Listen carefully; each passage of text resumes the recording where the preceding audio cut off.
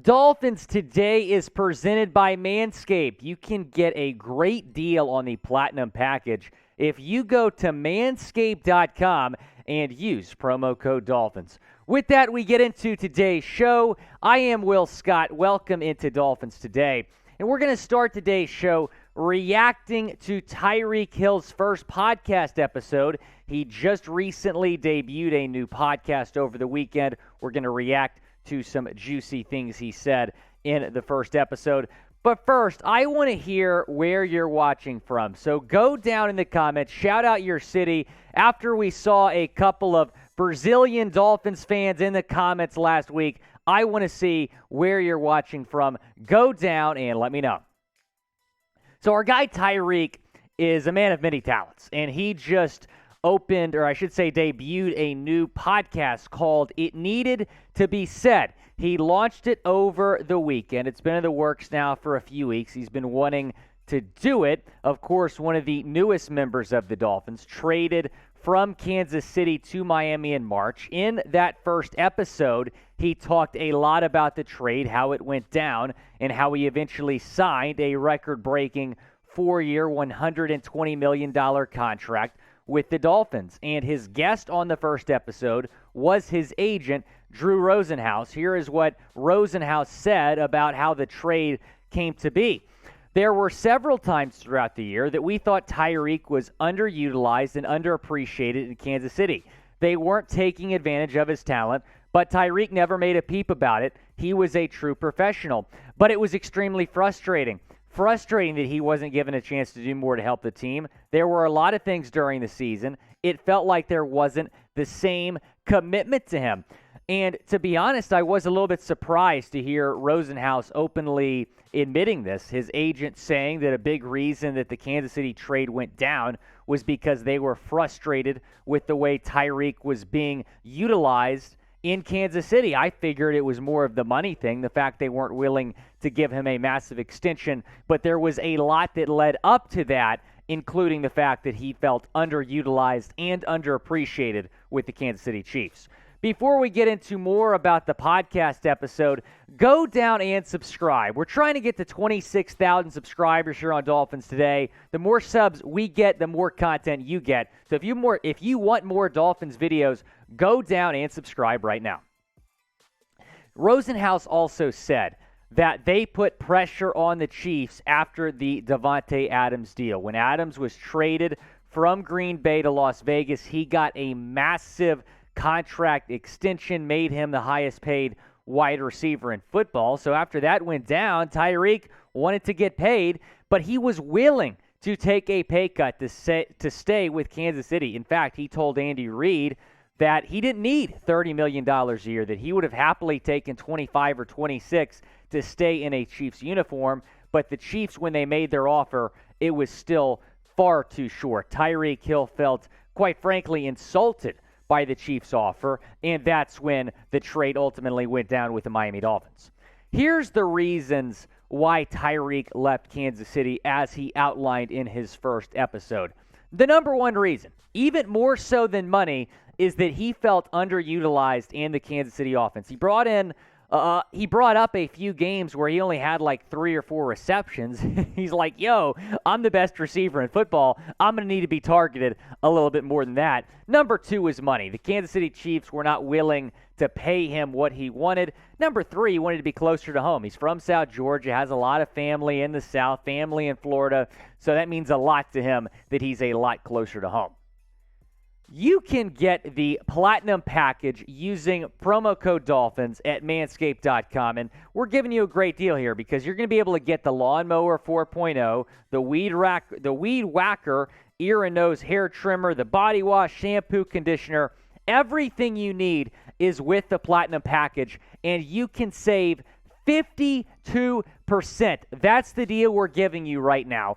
$123.99. It's a great deal. You're going to be set if you get the Platinum Package at manscaped.com. You got to use promo code Dolphins, though, to get the deal. Again, manscaped.com, 20% off plus free shipping if you use promo code Dolphins.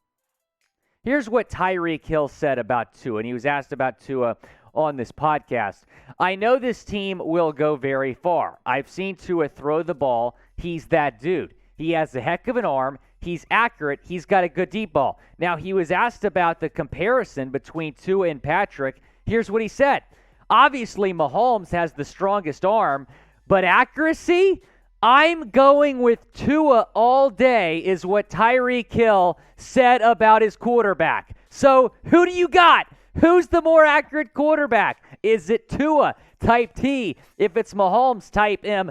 Let me know down in the chat. Now, if we're talking about better quarterback, I'm not delusional. I'm obviously going to say Mahomes, but more accurate, I don't know. Tua had a higher completion percentage last season than Mahomes. The numbers do not lie. Tua is, in terms of completion percentage, up there in terms of NFL rankings. In fact, he ranked fourth amongst all NFL QBs in completion percentage last season. The accuracy is there. The concern with Tua perhaps is the arm strength, but Tyreek Hill prefers accuracy. He was asked on the podcast, would you rather have a quarterback that can throw it 70 yards down the field or a QB that you know is going to put the ball in the breadbasket every time and let you go to work? Tyreek Hill said he prefers accuracy. He said, I need a guy that can get me the ball now on a dagger route, on a quarter route, on a shallow cross route, right in my chest so I can do the rest. I make you look good now. Defenses are about to get chopped up. He also talked about Mike McDaniel. When you got Mike McDaniel calling plays, Jalen Waddle, Chase Edmonds, Mike Gesicki on this side, Gesicki next to me, Tua spinning the ball. Come on, man, is what Tyreek Hill said about this Dolphins offense.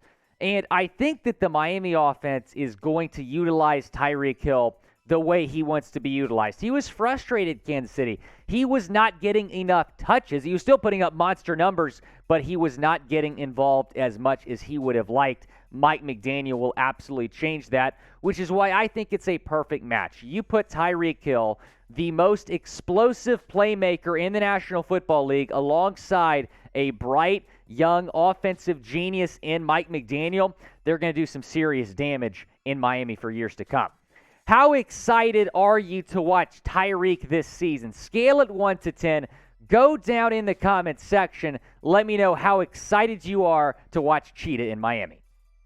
Getting into our next story, the Sun Sentinel is reporting that Sean Payton was offered $100 million to be the coach of the Miami Dolphins. Here's what Fansided said in a reaction article to that. Naturally, we have to look at the current head coaching situation in Miami. Stephen Ross hired Mike McDaniel this past offseason after firing Brian Flores. Would he part ways with him after 1 year if Payton became available? An offer of $100 million isn't a number that is simply thrown away.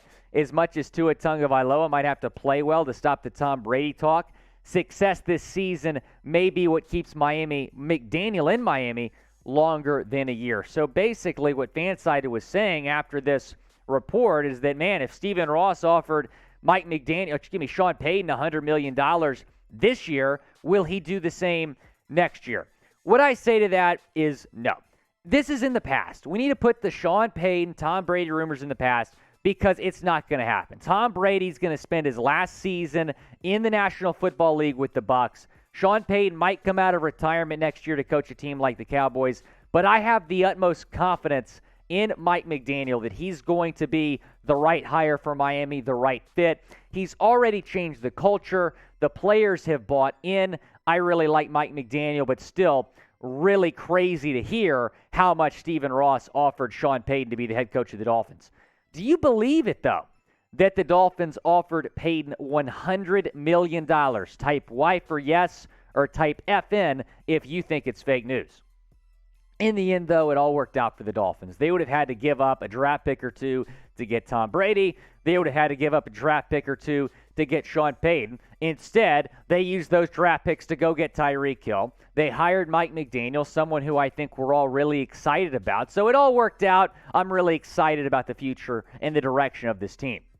Give us a like if you made it to the end of this video. You are a real one if you watched it the whole way. Appreciate all you subscribing to the channel. Go down and give us a like if you made it to the end of this video.